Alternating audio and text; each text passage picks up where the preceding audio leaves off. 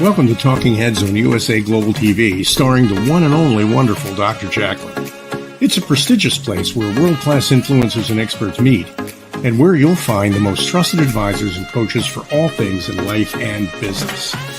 Visit usaglobaltv.com to sign up for our newsletter, get the value you need, and be first in line to learn about events and giveaways and other valuable content. Connect with us. Email Dr. JACALYN at usaglobaltv.com to talk about how you can become part of USA Global TV. That's USA Global TV, where the doctor is always in. Hello, everyone. It is true. I am in. Dr. JACALYN KERBECK here at USA Global TV and Radio. Our show today is the United Kingdom News and Culture, where we celebrate the incredible partnership between the United States of America and the United Kingdom. Let us welcome our panel for today. Joining us from the great state of Virginia is DIANN FLOYD BOEHM. Hello. Hi, great to see you. Nice to see you as well. Thank you for taking us with you. We're in travels. I appreciate it. You're welcome. And let's also welcome our expert correspondents from the United Kingdom, the broadcasters with an incredibly huge following, billions of people. They are experts when it comes to the royal family. They're expert commentators and expert photographers, and so much more. We get to learn a little bit more about them each show. Let's welcome Helena Chard. Hello. Hey, lovely to see you. Nice to see you too. And Mr. Ian Pelham Turner, the man with the bookcases. Hello. I'm the man with the bookcases. You promised not to say that, Dr. JACALYN, on air.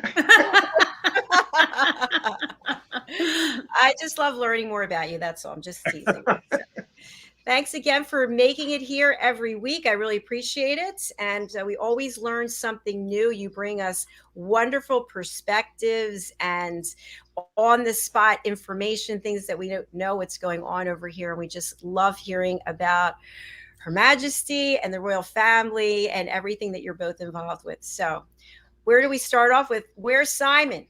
Helena, any ideas? So Simon is getting himself ready for a fabulous show in Edinburgh. It's a royal show, and no doubt he's going to be there with his seafood and lots of knowledge, and he's going to speak to people about. It's one of these exhibitions, I think, that has lots of livestock and foods and so much more. And I'm really hoping that he's going to be with us next week and showing us, maybe, fingers crossed, what he was up to this week. So that's where he is. So he's having fun in Edinburgh. Beautiful city. Well, thank you for sharing that. We miss you when you're not here, Simon, and the same thing with each and every one of you. So I know how busy everyone is. You have jam-packed schedules, and I just want to thank you again for making it happen. Well, we see great value in all of this, in talking to all of you. We really do. And so I think it's very important that we keep on building bridges. In fact, America came up this week. Apparently, the reason I'm smiling at the moment is that, as you know, I do a political show as well. We're talking about trade agreements at the moment, so we can't get a trade agreement with America, but I think we've got a trade agreement with Louisiana. So goodness knows what trade agreement Britain has got with Louisiana, but you might be able to find out for us. I love it. DIANN, do you have any insights on that? Well, Louisiana is right next door, so maybe it has to do with fish. I would say Cajun food, but that would be France. I don't know, but maybe the fish is really Simon. But Louisiana is a great state to visit, and you just hit I-10 if you guys go, and you can come straight to my house. So just FYI. Do not pass go. Go directly to DFB, DIANN FLOYD BOEHM. Oh, I love it. I love it. So what's been going on since we saw you last week? Gosh, there's always so much going on in Great Britain, the United Kingdom. We have What do you want, the good news or the bad news? No, we're going to have the good news. We're just going to have the news. There's no good news, no bad news. So at the moment, JACALYN, Dianne, we have the biggest rail strike in the UK in 30 years. So there are lots of people all trying to get to places, and there are no trains running or tubes running. It's one of those funny times. It's a shame in a way, but I understand why it's happening. I mean, obviously after COVID, and we're all trying to get ourselves back on our feet, this is costing the economy something like 30 million a day. And these strikes are going to continue into, I think, into Christmas time, I believe. It's aggravating for people, but obviously people want a pay rise. I think the public sector are looking at something like 11% that they're wanting. I don't think that's going to happen. So let's just see what happens. But people are obviously fighting for what they feel is right, and I get it. You know, the cost of living is creeping up hugely. I mean, honestly, when I think about it, just single, very, very small items have gone up like nearly £1, and it's bizarre. It really is bizarre. But we're continuing on. Her Majesty the Queen, looking beautiful as always. She missed Royal Ascot recently, which is unheard of, because she's actually never missed Royal Ascot in her life, really, in her whole reign.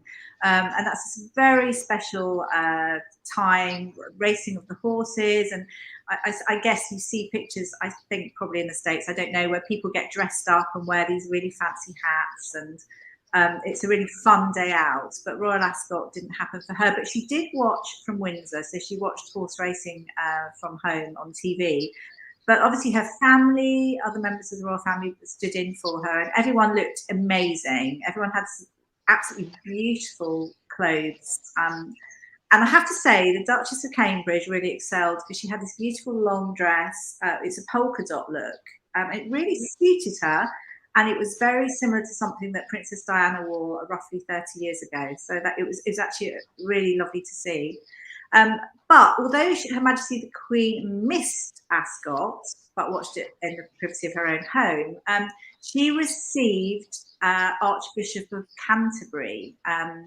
Now he is called Justin Welby.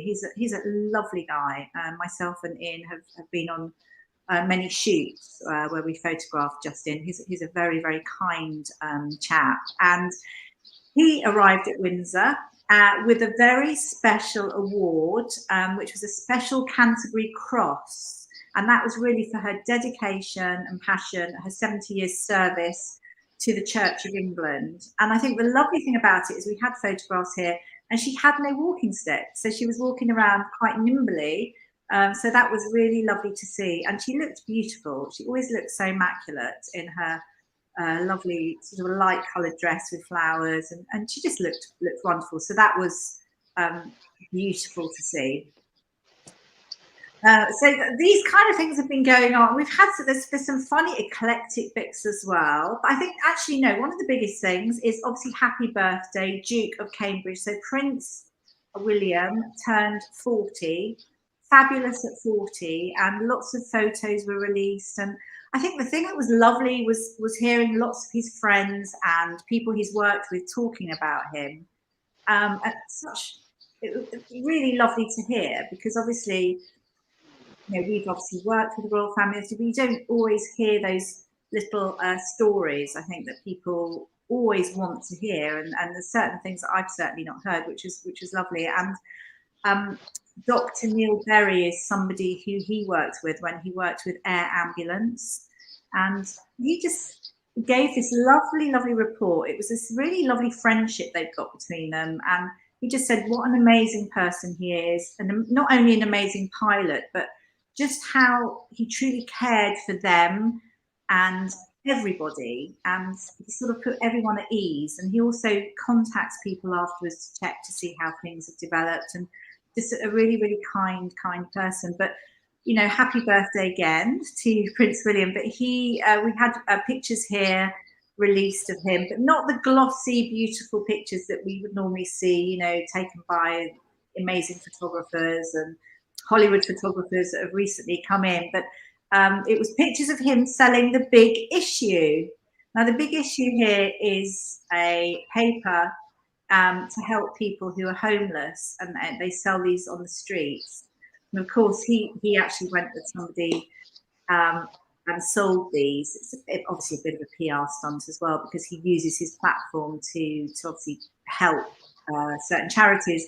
And of course, as soon as people realised, he had this like red cap, red t-shirt, big issue and everything. As soon as they realised it was Prince William, the chap that he was working with sold, you know, hundreds of these big issues within minutes. So it's quite funny. But obviously the backstory with Prince William is that he holds, it's one of his big things that he works with is homelessness, which is fabulous. And he sees that there's a preventative way to work towards everyone having somewhere to live. And obviously that's instilled in him from his wonderful Princess Diana, his mother, his late mother, who always took them from a young age to lots of homeless charities. I think she was a patron of one of the major charities in central London, Centrepoint, I think it is, and now he is also a patron.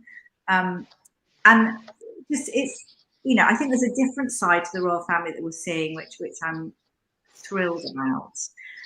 And there is so much more. I mean, goodness, we have some quirky things as well going on. We have, I mean, today, I don't know what the school is. I mean, a complete nonsense, I have to say. There's a school that has banned hugging and high fives, I mean, and shaking hands. It's a nonsense, but that could be something to talk about in a sec. But it's a sort of no contact so that children can enjoy their own personal space. I mean, I have my thoughts on that, so it'd be interesting to hear what people think.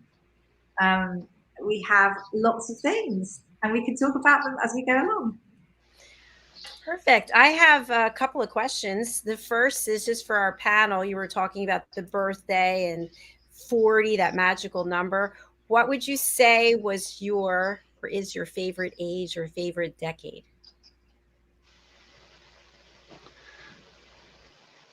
Oh, okay. I will carry on. I would say, I think 36, actually. I would use 36 as a casing number. One, I like the number, so that might have something to do with it. But I just think it was a good time in my life. And yeah, I think that's not really thought about. I've not thought about it too much. So I would say 71.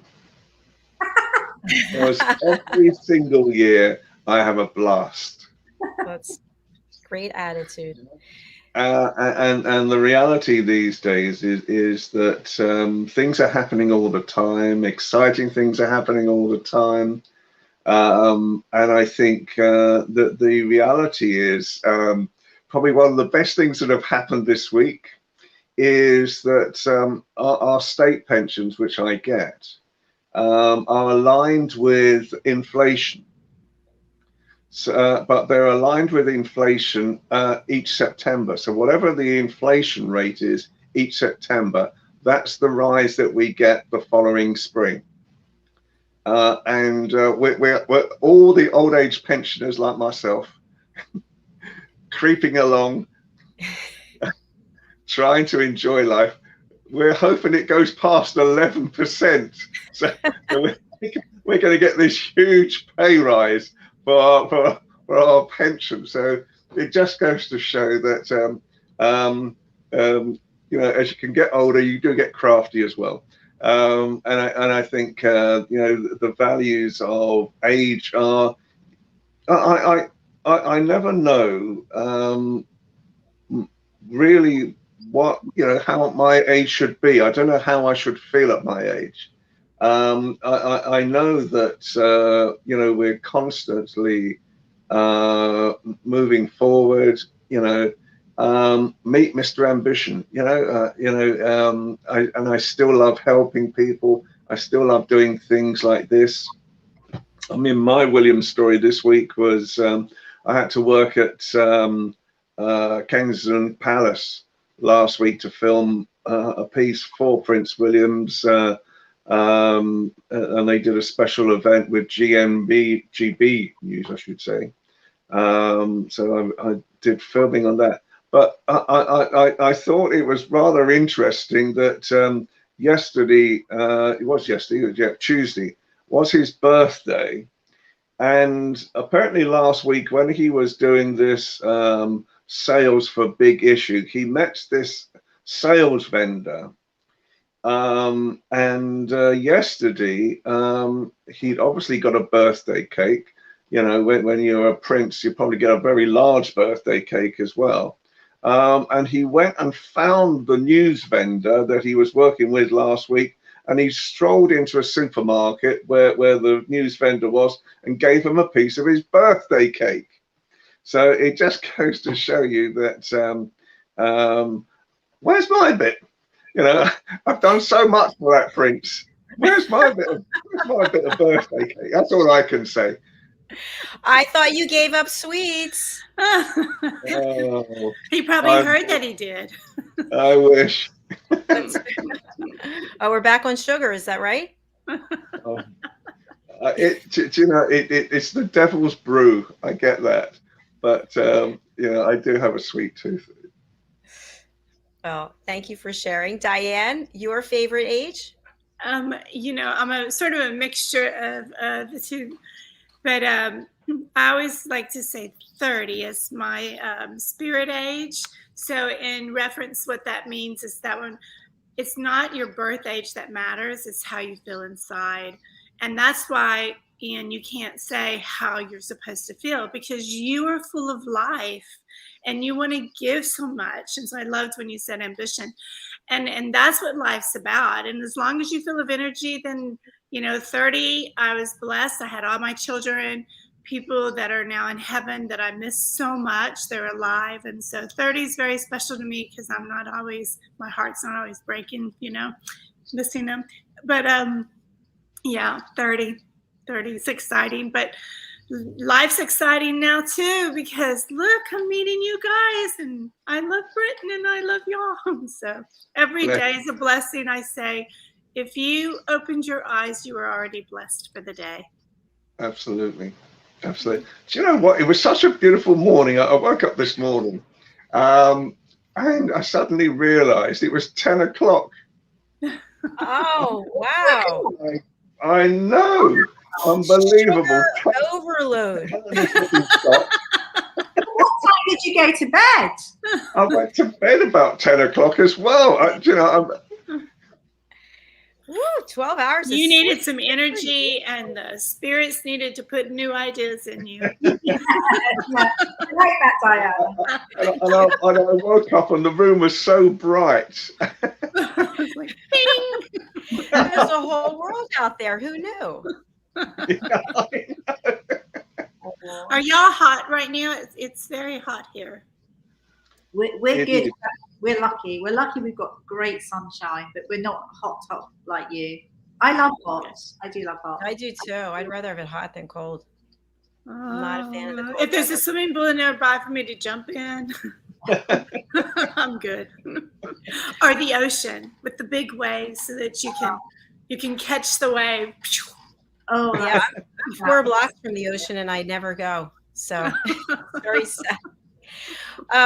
So I'll just share my age. When I turned 30, I was getting married. So that day was amazing. I had an incredible wedding beyond words. We actually paid for the band to stay for another hour. And when I turned 36, I was getting divorced. And that was an incredible day. Oh, wow. That was my day, my year. And I went over to Paris and I stayed at the Ritz by myself for 10 days. Oh, it's lovely. So that was a major celebration, and a lot of money that just went woo right out the door. So, but I'd have to say 50 was my favorite. And I love my 50s. If only my skin would cooperate. I keep saying we don't have to look older skin. We could just stay where we are skin, but it's not working. Doesn't listen. Says hormones.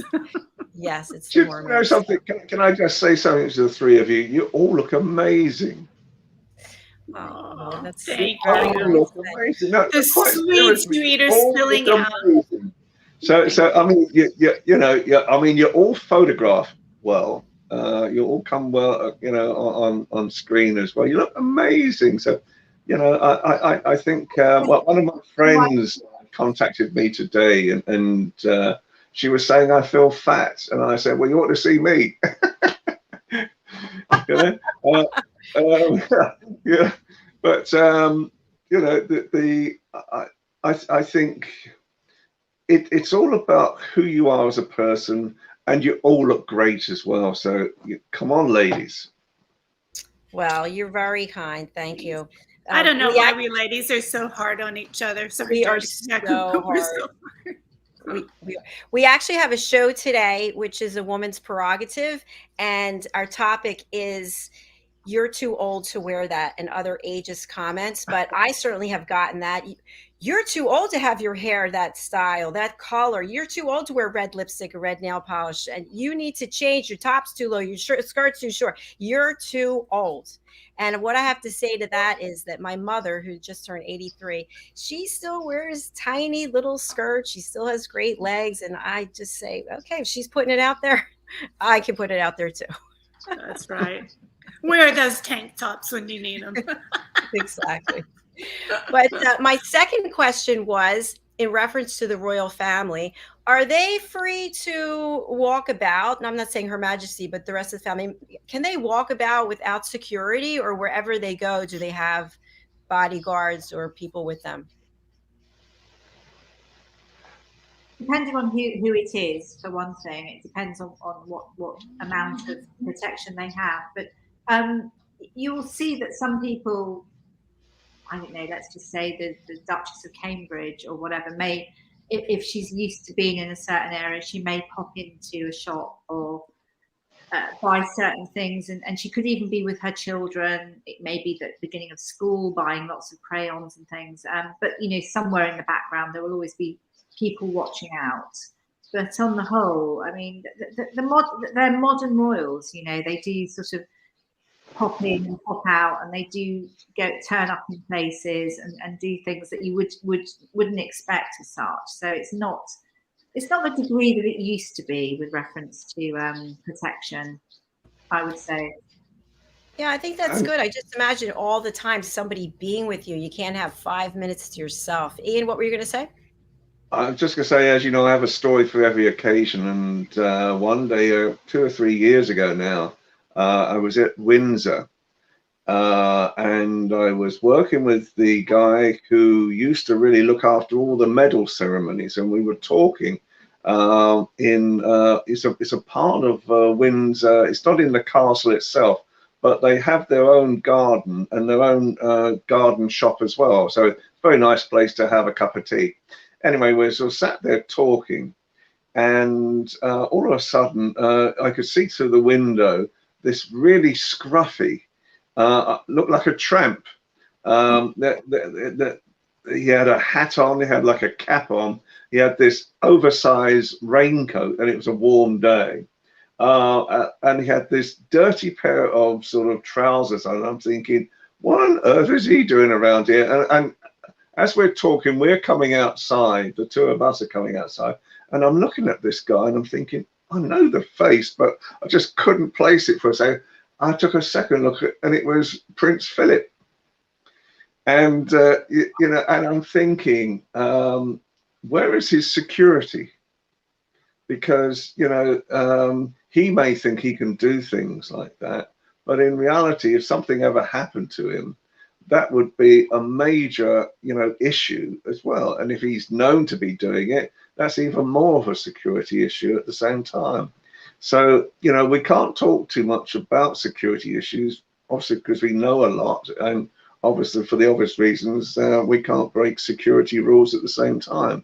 But, you know, a lot of the royal family have their personal protection teams, you know, around the clock, you know, for that type of thing.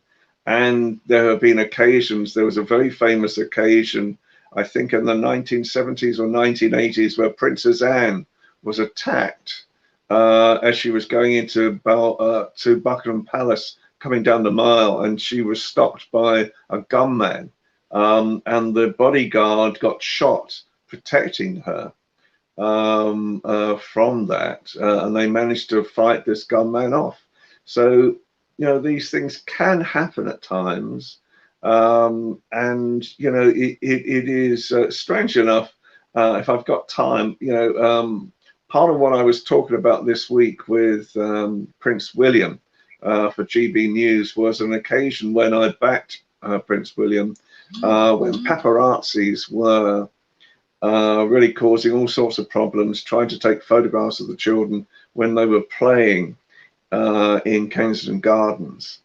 And they were sat in the boots of cars, and as the children came out to play, they were opening up the boots of cars, and these long cylindrical items, the lenses, were poking out of these boots of cars. And of course, the security see things like this, and what do? You know, first of all, then the security is stretched because they have to find out what is going on.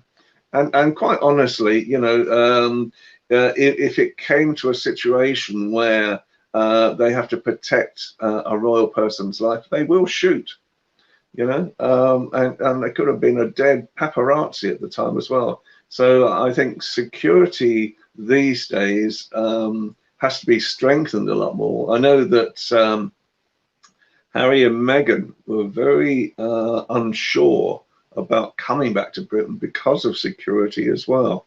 And whether or not, I don't know in the end, whether or not that their normal security was created in Britain whilst they were over here again.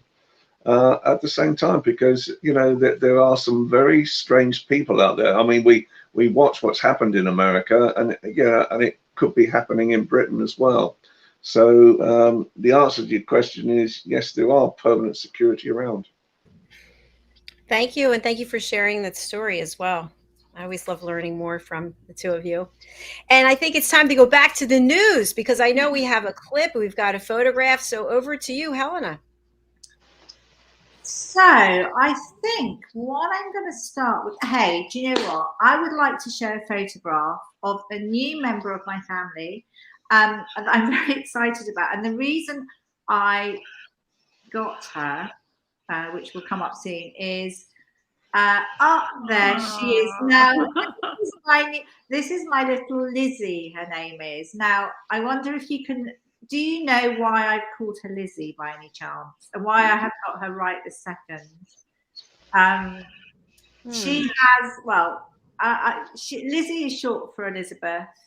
And I travelled to the Mayhew, which is a well-known charity here for stray animals, cats, dogs, blah blah blah. And I picked up Lizzie, and you can always get stray animals from these charities. And obviously, with Her Majesty's 70 years on the throne, Lizzie is short for Elizabeth and Her Majesty. So it was all a bit like, it all sort of coincided. And she is absolutely, I tell you what, if anyone ever thinks, oh, maybe I'll get a kitten or a cat or an animal, they give so much love. They really are the most fabulous little things to have in your life for lots of reasons. And I'm so thrilled that I have her. I mean, she really is absolutely fantastic. And I know that certain people don't like cats or kittens or anything, but really, she's just so gentle and so giving. So she's beautiful. How old is she in that picture?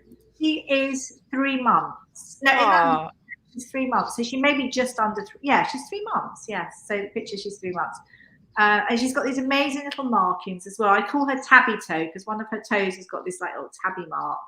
And she always puts that little tabby. You can't see, unfortunately, sorry, you can't see it because it's the other leg. But that leg, which is her left leg, she has these amazing tiger markings inside. But the other one has got this amazing tabby toe.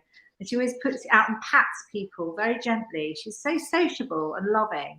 I love the fact that she'll go up to anyone and she'll be really, you know, pat them on the cheek. Just a really lovely little girl.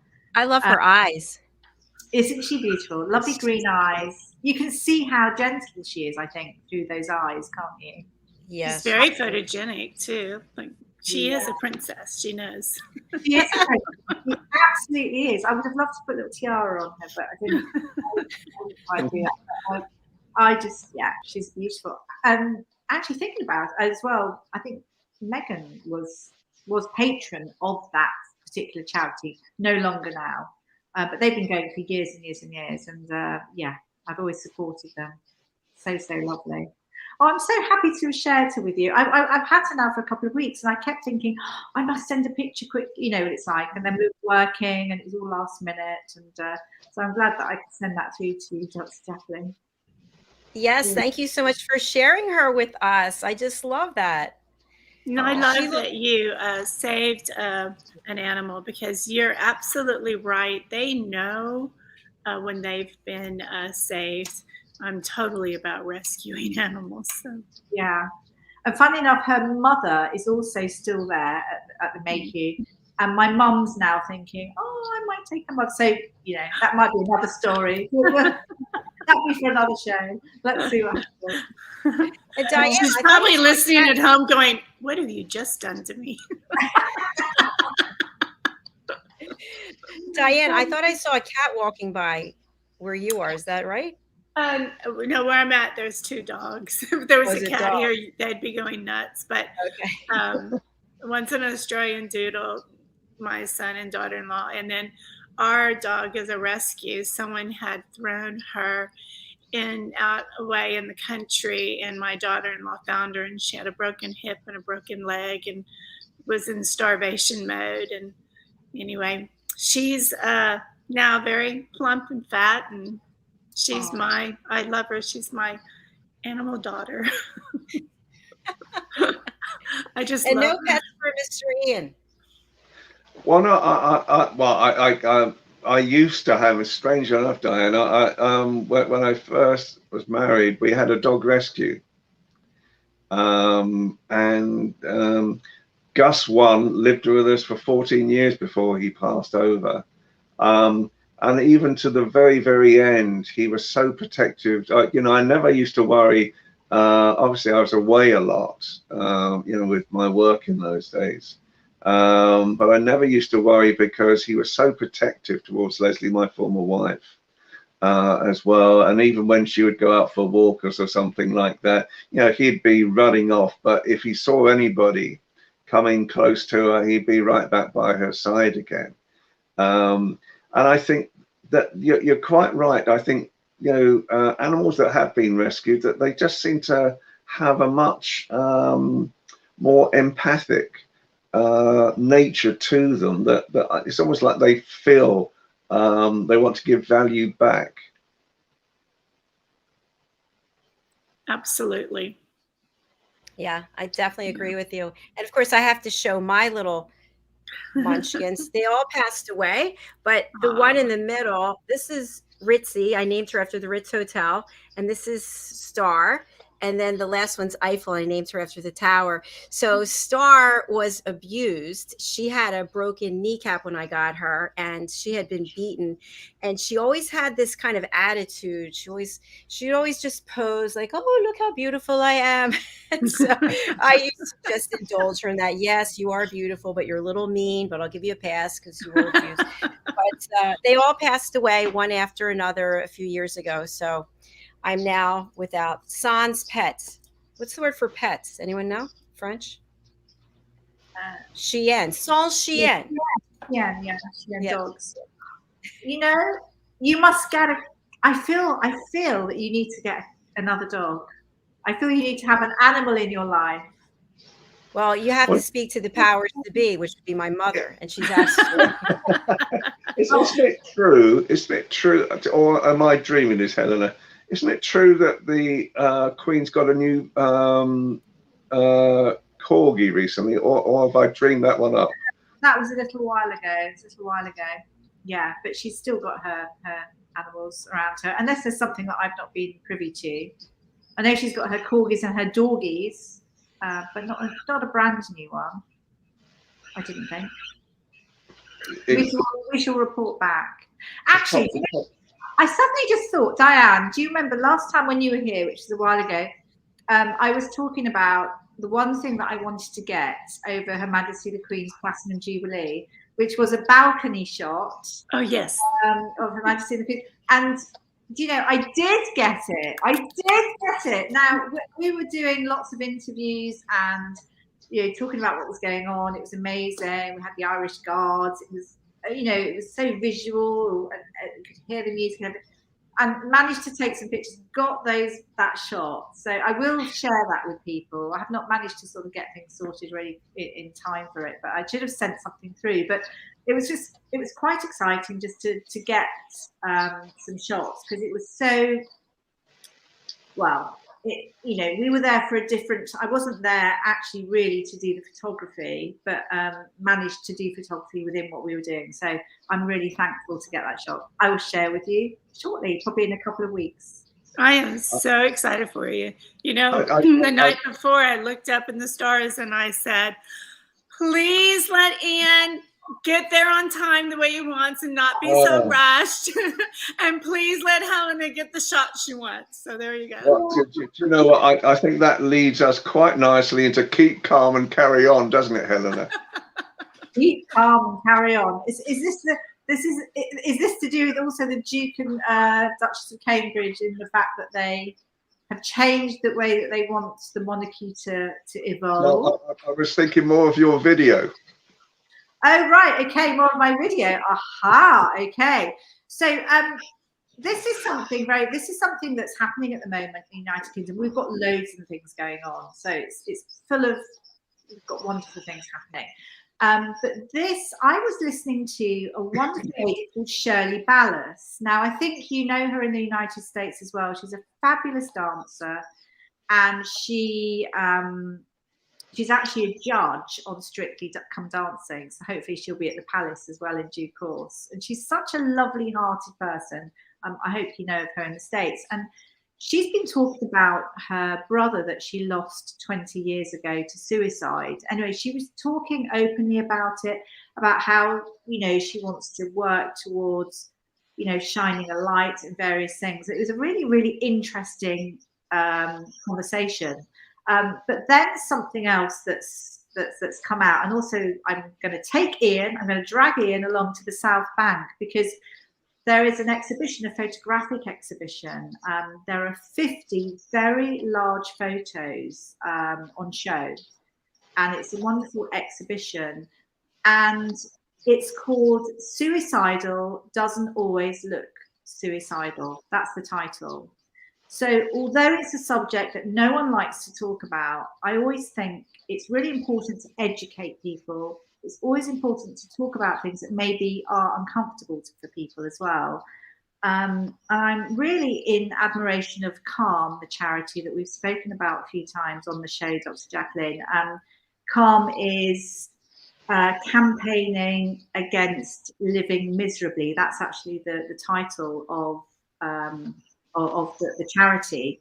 I think it's the calmzone.net, but they have worked towards this artistic creation on the South Bank, which is obviously close to the Thames. It's very much in central London, and it's going to be, well, from what I've seen, it looks great. Now, there's a huge stigma around suicide.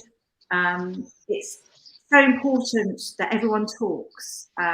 Mental health and suicide sort of go hand in hand, but they are separate. And I think the whole thing that's very clever about this is that it's highlighting how people are always so shocked that sometimes people around them are the most extravagantly big personalities. Everyone's always left in shock because they can't believe that people can do such a thing. But it is actually part of our society. This is a talking point, which is so important. 125 people here in the UK, I don't know what it is in the United States, take their own life per week. And it's become very much part of our society, although no one really wants to talk about it. So well done to CALM for actually putting things out here, working with other people too. And the whole idea is let's talk, because the more people are thinking about things and have things on their mind all the time, chat to people, it helps to talk, and everyone needs to move forward in that direction. So that's hence the reason why I brought it up. And this is a lovely clip that I have in association with CALM. The 50 large photos are on the South Bank are the last shots of people who took their own life. And if you actually see these pictures, they're smiling, it's full of love. The families have been so brave, releasing these photographs and releasing footage. They've got a lot out of campaigning and working towards, I suppose, getting people to talk, because they don't want people to go through necessarily the same thing that they've been through. But they've also got a lot out of it, a lot of joy out of it, a lot of love out of it. And it's a win-win situation. So that's the photographic exhibition. But this is also a clip which shows you the last edits of video footage of certain people. And I think it would be a lovely thing to show. Absolutely. So it's to do with suicidal, doesn't always look suicidal, which I think is a really clever stance. And I hope this will make people, I hope that people will feel lots of emotion when watching it. It's certainly a clever stance. Gosh. Powerful, huh? Exactly. Wow. It's so moving. But you know, so real. This is our society. And it's so important to talk and just a conversation with people, because you just don't know what's around the corner. There's a huge stigma. I mean, I know years ago when I was working, you know, everything's related, obviously, but mental health could be put into a separate box. And years ago, nobody talked about it. And now it's far more approachable. It's not such a stigma attached. Of course, there's a little bit. Suicide's very different. And it's now, you know, time to talk. And you know, it's a positive. It's not a negative. It's just speaking about what's real, what's part of our society, and how we can all play a part in positivity and improving lives. Well, and I have to thank you. Oh, sorry, I was just say thank you for introducing me to Janetta Barry with the Epiphany Process, because we have a show earlier on Wednesdays, and we're talking about it with what happened with her daughter and how it's impacted Janetta's life and how she's helping other people with it. Ian, I'm sorry, go ahead. I say it is important, because it is so easy, I think, to slip into suicidal thoughts. You know, I went through a very dark period of my life years ago now, thank goodness, and people like Helena really helped me to get out of that and become the person I am today again. But you know, my marriage had gone, and there was all sorts of issues in my life, and occasionally I did have suicidal thoughts, I think, as well, that you know, nobody would care, nobody would worry. But I think at the same time, I just felt that it's the people you leave behind as well, if something like that happens, that can cause all sorts of issues as well. You know, thank goodness I found people like Helena, who really did, you know, we've known each other for a long time now, and who really did sort of help to support me to bring me back to life with the things that were going on in my life as well. So I can see how easy it is to slip into something like that. And I think these days, you know, I take a much more positive view on everything in life. Because I think if you experience things like that in your life and those types of thoughts, you never want to experience them again. Absolutely. Thank you for sharing. Absolutely. And I'm so glad society has accepted, in quotes, to the point where we can verbally speak about it. And I love, Helena, this project and the fact that they said that you know, it's the person you least expect, you know, what, just, you don't expect that person to do it. You're like, what? Now this other person, he looks crazy, right? But because we just lost a friend, and we're like, wait, we didn't even see that coming, right? So it's pretty shocking. Some people are really good actors. Yeah, they hide it well, right? It is. It's you know, I think I'm such a happy person these days. I'm such a positive person, And I think going through those times, it changed my life dramatically. That's for certain.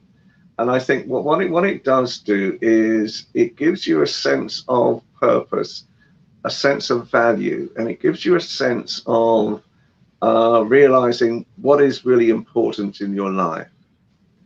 And friendships are, you know, and the values that, you know, people like Helena, you know, I don't want to get too emotional about Helena, but I think, you know, people like Helena have got such kind hearts anyway. And they're always there. And sometimes she nags me to death. And other times, you know, but I think at the same time, you know, the reality is we are great friends, and we've worked together for so long as well. But I think it's very important. The thing I would say, if anybody's ever feeling to have suicidal thoughts, is to reach out. Absolutely. That is the secret, is to reach out and just talk about it. Because when you face your fears, they don't become fears anymore. That is a powerful statement. I think what I would like to say is it's really, we all have a responsibility, I feel, you know, to embrace the whole world, to look out for everyone around us. So you can't just tell someone that's got suicidal thoughts to talk. That doesn't work like that. We all have to have eyes at the back of our heads. We have to, you know, be open to talk to everybody. It's so important. And I think this is the beauty of your channel as well, Dr. JACALYN, to be able to inform people, to be able to educate people, to shine a light. It's worth, you can't put a price on something like that. You know, something that can give so much help to people is so important. But not forgetting as well that your channel, you know, brings joy and brings celebration as well. So getting everyone, it's like a people's channel, to join in and listen and join in with all the emotions. I mean, it's a real success story. So thank you. Thank you both. And we have a comment from Maria Pandelli, very powerful and emotional. Thank you also, Ian, for opening up. Mental health and how you display yourself in society has a toll in many lives. Thank you for watching and commenting. We appreciate it, Maria. Anything you'd like to respond with, Ian? I think, as I said, I just think it is so important. And for me these days, it's easy to talk about because I think for me, I've talked a lot about different things that have happened in my life and the ups and downs of my life as well. And I do it really, it's not meant to be in any way, you know, supporting who I am. It's really meant just to say that, you know, these days I've been tremendously lucky. I've been tremendously lucky all my life, and I recognize that now. And so when you go through troubled times, and I work with a lot of people who go through troubled times these days as well, there's always an ending and there's always a future. And I think that the most important part of working with anybody is to sort of say, there is a future out of this. There is a way of working out of this as well. And I think, you know, it's fear or flight, isn't it, in the NLP circles. And I think, you know, the reality is that if you talk about things, if you, it doesn't matter even if you cry. It doesn't matter, because, you know, eventually at the end of the day, you will find a way out of this. And I think, you know, I'm so pleased I went through the times I went through now, because, you know, I can help other people at times when it's necessary to talk through their problems as well. And hopefully motivate them and just say that, you know, hey, if I can do it, and I'm just some normal Joe, you know, I'm not clever in any way at all, but you know, I've just been tremendously lucky with things that have happened in my life. I think the reality is that you can move forward out of this. Well said. I always think unless it is death or taxes, that it's temporary. Everything's temporary. I know Monday I woke up, I felt I was in a really good mood, and then I checked my phone and oh, you should be doing this, and your website should have that, and just like rock after rock after rock. And I started feeling just sad and blue. And then I felt my energy, and it took till the middle of the afternoon to pull myself out of it. But I said, it's okay. It's temporary. This too shall pass. So, anyway, this has been another great show, and we have to wrap it up because we're over our time. And I really appreciate all of you being here and sharing such wonderful, just from your heart. That's what I'm feeling. You just came here again from your heart and sharing your beautiful new family member. Also lovely. Let's just take another look at Lizzie before we. Lizzie, we love you, Lizzie. Oh, Lizzie the princess. Yes. She's definitely the princess. Very beautiful. All right. Well, we have to go for now, and understand that Helena and Ian, you have something else next week, so we will miss you, but we will see you the following week, and Sir Simon will be with us. Absolutely. Yeah. No, we're shooting a business show next week, so it's full on with us at the moment. Well, best wishes, and we look forward to seeing you again then. And Diane, thank you so much for being here today, and I'll see you at the top of the hour for the next thing. So, all right, bye everyone. Bye everybody. Bye. Bye.